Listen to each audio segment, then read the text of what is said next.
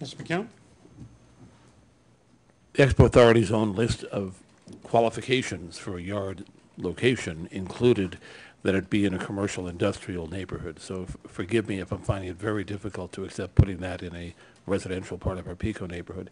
I want to follow up on your response to Mayor Genser's question about a depressed yard, inset, downset.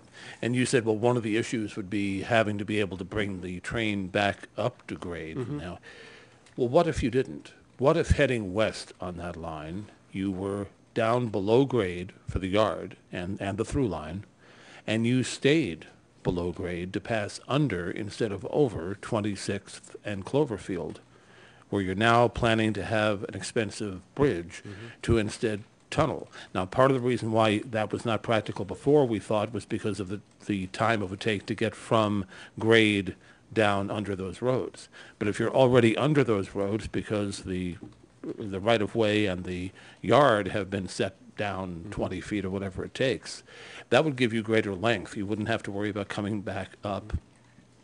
We could then perhaps reconfigure Bergamot Station to be on top of that facility. These are electric trains, so it's not like the old steam trains where you can't have them be underground. I grew up in New York City, and the whole train system is underground. How can we get you to look at that rather than look at putting it in a residential neighborhood? I guess, you know, from just to address your both questions, as we recognize, of course, that on the south side of Exposition there are residences there. We looked at the Verizon site because of its current use and zoning. With respect to continuing the underground, physically, it would appear that that is possible. It would be quite expensive. There are, we know there are some major utilities on Cloverfield that might be challenging to relocate.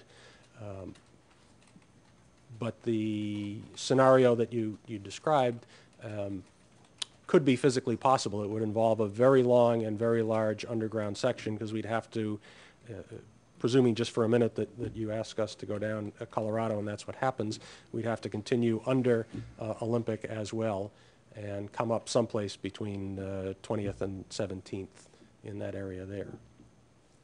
That would avoid a lot of the traffic issues crossing streets. It would avoid the construction cost and the aesthetic negatives of having the over route. And I believe you are budgeted for either of those two routes at this point, and if we choose the Colorado route, I think that saves you some considerable money on elevated trains you don't have to do elsewhere. We think that's so might this be a cross investment where you could take some money from one place and put it here to spare a neighborhood? I think that I couldn't answer that today, but certainly if the council were to include that in its comments, I think the authority would address it. Thank you. Mr. McKeown?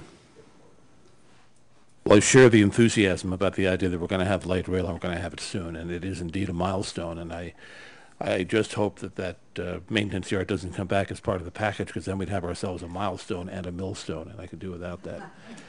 I just want to start with a question for staff. You know, we on the dais all know that it's not the city of Santa Monica that's contemplating putting this yard there. In fact, we have a limited say in what happens here. It's a decision being made by another body which has issued a draft environmental impact report, and our role here tonight is to decide how to respond to that draft environmental impact report. So my question for the city attorney is, given that that's our role, what is the strongest possible statement we can make? I'm sorry, Councilmember O'Connor, Mayor Pro Tem O'Connor, I'm trying to ask a question of the city attorney, if I could.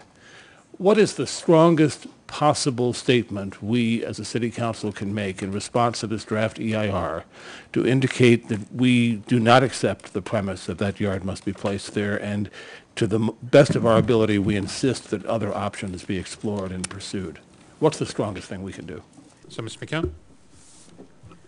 Well, it's been suggested to me that the best way for us to do this in the context of the other motions we have is to make a statement of policy. So I will move that it is the policy of the council to oppose in the strongest possible terms the proposed location of that maintenance yard, and it is further our policy to encourage the exploration of other options.